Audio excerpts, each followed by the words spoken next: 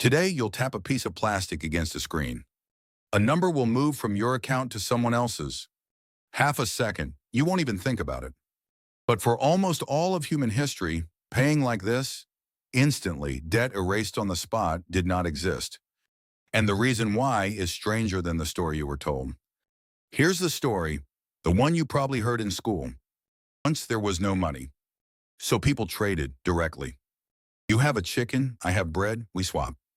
This is called barter. But there's a problem.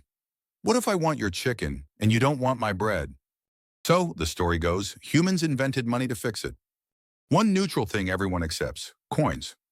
It's clean, it's logical, it's in every textbook. There's just one problem with it. It never happened. The barter story has a father, Adam Smith.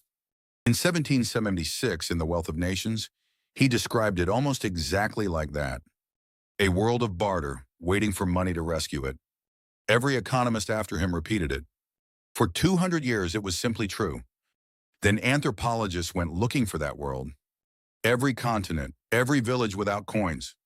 They were hunting for the barter economy, the one that came before money. They never found it. In 1985, Carolyn Humphrey, an anthropologist at Cambridge, put it plainly. No example of a barter economy, pure and simple, has ever been described. Not one, anywhere, ever. The thing money was supposedly invented to replace, there is no record it ever existed. So if people weren't bartering, what were they doing? They were keeping track. In a small village, you don't swap a chicken for bread. I give you bread today, and you owe me. Not on paper, in memory, in the air between us.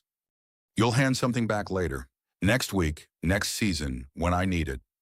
That isn't barter, that's credit. And it came first. In 2011, an anthropologist named David Graeber laid this out in a book called Debt. His claim was simple, and it turned the whole order upside down. Debt is older than money. Credit is older than coins. And we have the receipts, literally. In ancient Mesopotamia, 5,000 years ago, people pressed debts into clay. How much barley you owed, how much silver, who owed whom. These tablets are older than the first coin by thousands of years. The coin, actual metal money, shows up late, around 600 BC in Lydia.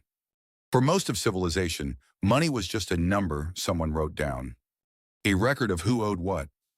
Which leaves the real question. If debt came first, where did money actually come from? Here's the part almost no one tells you. Money didn't grow out of trade. It grew out of debt and force. Ask who actually needs everyone using the same units. A village doesn't. They know each other's faces.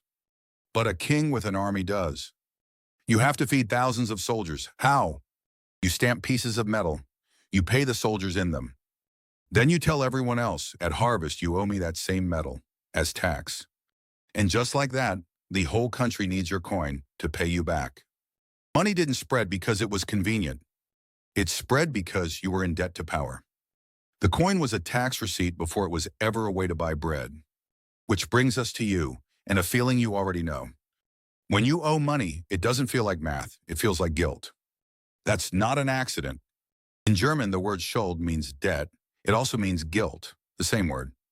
In 1887, Nietzsche pointed straight at this. Our sense of moral duty, he argued, may have begun in the simplest place, the bond between someone who owes and someone who is owed. Before there was sin, there was a balance due. So when a number on a screen makes your chest go tight, you're feeling something 5,000 years old. Not a budget, a bond. No one's saying go back. Credit built the modern world. It pays for the roof you might sleep under. The card in your pocket can feed you in a city of strangers who will never know your name. That's not nothing, that's a kind of miracle. But it's worth knowing what you're actually holding. Money was never a thing, it was always a promise. A way to remember who owed whom, scaled up until it forgot every face. You were taught that money came to set us free from one another. Maybe it did the opposite. Maybe it taught us to count what we used to just trust. Tonight you'll tap the plastic, the number will move. And somewhere underneath it, 5,000 years deep, the debt is still